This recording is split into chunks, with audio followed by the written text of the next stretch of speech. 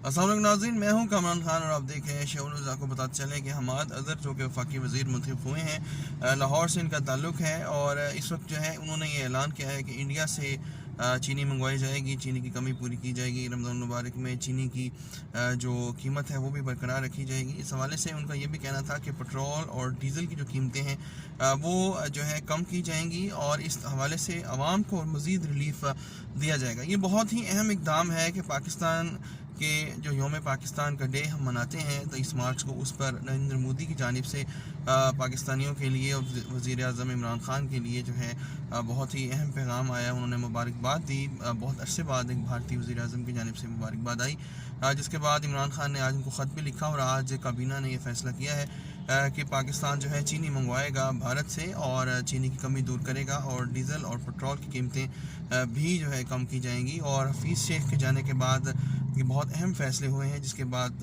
शायद हमारी मईशत में इस्तेहकाम वापस आ जाए।